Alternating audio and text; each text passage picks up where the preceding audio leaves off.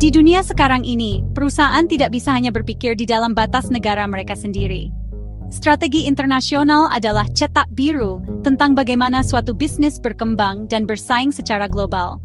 Ini lebih dari sekadar menjual ke luar negeri, ini tentang menyesuaikan operasi, produk, dan penciptaan nilai untuk negara-negara yang berbeda.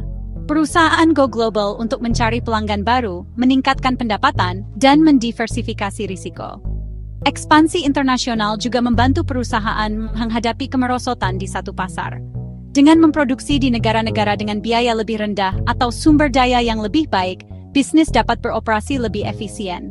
Akses ke talenta global dan inovasi memberikan keunggulan kompetitif bagi perusahaan. Strategi internasional yang kuat mengubah bisnis lokal menjadi kekuatan global. Ini tentang membangun ketahanan, membuka peluang baru, dan tetap unggul dalam persaingan. Strategi yang tepat adalah perbedaan antara kesuksesan dan kegagalan global. Perusahaan memilih dari 3 strategi internasional utama: multi-domestik, global, dan transnasional. Strategi multi-domestik menyesuaikan produk dan pemasaran untuk setiap negara. Pikirkan menu unik McDonald's di seluruh dunia. Manajer lokal memiliki otonomi, memastikan produk sesuai dengan selera lokal. Sebaliknya, strategi global menstandardisasi produk di mana-mana, seperti iPhone Apple, untuk memaksimalkan efisiensi dan konsistensi merek. Pengambilan keputusan terpusat, dan fokusnya adalah pada penghematan biaya dan citra yang seragam. Strategi transnasional memadukan keduanya. Perusahaan mencari efisiensi global sambil beradaptasi dengan kebutuhan lokal. Pendekatan hibrida ini kompleks, tetapi dapat memberikan yang terbaik dari kedua dunia. Pilihan tergantung pada tujuan perusahaan, industri, dan pasar yang mereka masuki. Memilih pendekatan yang tepat sangat penting untuk kesuksesan internasional. Go Global dimulai dengan analisis mendalam, baik kekuatan perusahaan maupun pasar target. Perusahaan harus menilai sumber daya, produk, dan kesiapan mereka untuk persaingan internasional. Selanjutnya, mereka mengidentifikasi negara-negara yang menjanjikan dengan mempertimbangkan ukuran pasar, pertumbuhan, persaingan, dan stabilitas. Pasar yang tepat bukan hanya besar, itu sesuai dengan kemampuan dan selera risiko perusahaan. Memilih cara masuk sangat penting. Pilihan berkisar dari ekspor hingga membangun anak perusahaan lokal. Setiap mode masuk menyeimbangkan risiko, kontrol, dan investasi. Setelah masuk, perusahaan harus menyesuaikan operasi, merekrut talenta lokal, dan mematuhi peraturan.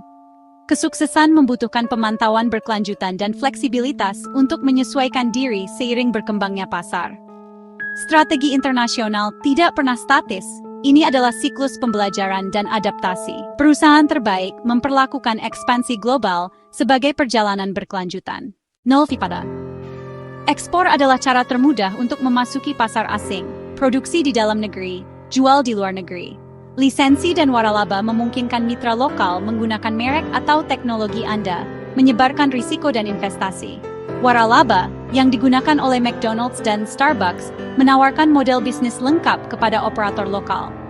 Aliansi strategis dan usaha patungan berarti bermitra dengan perusahaan lokal untuk berbagi kekuatan dan sumber daya. Usaha patungan menciptakan perusahaan baru, menggabungkan keahlian untuk keuntungan bersama. Rute komitmen tertinggi adalah anak perusahaan yang sepenuhnya dimiliki, membangun atau membeli fasilitas di luar negeri untuk kontrol penuh. Pendekatan ini lebih berisiko, tetapi menawarkan keuntungan dan pengaruh maksimum. Perusahaan seperti Toyota dan BMW membangun pabrik di luar negeri agar dekat dengan pelanggan dan menghindari tarif. Mode masuk yang tepat tergantung pada tujuan, sumber daya, dan tantangan pasar. Ekspansi internasional membawa imbalan besar dan tantangan besar.